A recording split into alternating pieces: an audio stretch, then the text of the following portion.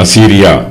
அந்நாட்களிலே கர்த்தர் எகிப்து நதிகளின் கடையாந்தரத்தில் உள்ள ஈயையும் அசீரியா தேசத்திற்கும் தேனியையும் பயில்காட்டி அழைப்பார். அவைகள் வந்து ஏகமாய் வனாந்தரங்களின் பள்ளத்தாக்குகளிலும் கண்மலைகளின் வெடிப்புகளிலும் எல்லா முட்காடுகளிலும் மேய்ச்சல் உள்ள எல்லா இடங்களிலும் தங்கும்.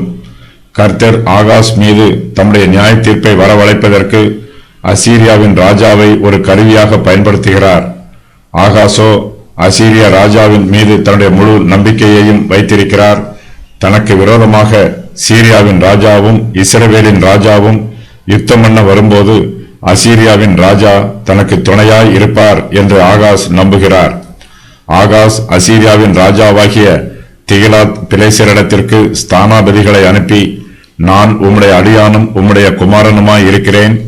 நீர் வந்து எனக்கு விரோதமாய் எழும்பின சீரியா ராஜாவின் கைக்கும் இஸ்ரவேல் ராஜாவின் கைக்கும் என்னை நீங்களாக்கி விடும் என்று சொல்லச் சொல்லி, கர்த்தருடைய ஆலயத்திலும் ராஜாவின் அரமனை பொக்கிஷங்களிலும் அகப்பட்ட வெள்ளியையும் பொன்னையும் எடுத்து அசீரியாவின் ராஜாவுக்கு காணிக்கையாக அனுப்பினான்.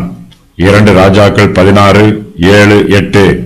இதுவரையிலும் அசீரியாவின் ராஜாக்கள் யூதா தேசத்திற்கு ஆதரவாக இருந்தார்கள். கர்த்தரோ சூழ்நிலைகளை மாற்றிவிட்டார். இப்போதிருந்து அசீரியாவின் ராஜாக்கள் யூதா தேசத்திற்கு முட்களைப் போல இருப்பார்கள்.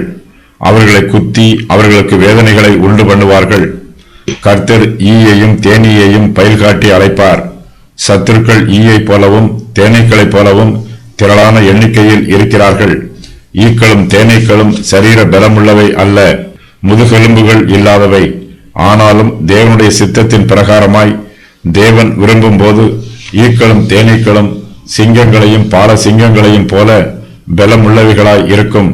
தங்கள் கொடுக்குகளால் கொட்டி வேதனைகளை உண்டு பண்ணும். ஈக்கள் எகிப்து நதிகளின் கடையாந்திரத்தில் இருந்து வருகிறது.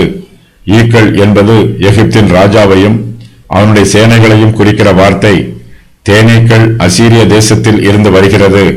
தேனீக்கள் என்னும் வார்த்தை அசீரியாவின் ராஜாவையும் அவனுடைய சேனைகளையும் குறிக்கிற வார்த்தை. கர்த்தர் ஈயையும் தேனீயையும் பயில்காட்டி அழைக்கும் போது அவைகள் வந்து ஏகமாய் எல்லா இடங்களிலும் தங்கும். அவை திரளாயும் வேகமாயும் பறந்து வரும்போது அவற்றிற்கு எதிர்த்து நிற்பார் ஒருவரும் இருக்க மாட்டார்கள். ஈக்களும் தேனீக்களும் எந்தவிதமான சிரமமும் இல்லாமல் தங்களை தடை பண்ணுவார் ஒருவரும் இல்லாமல் சுலபமாய் வரும்.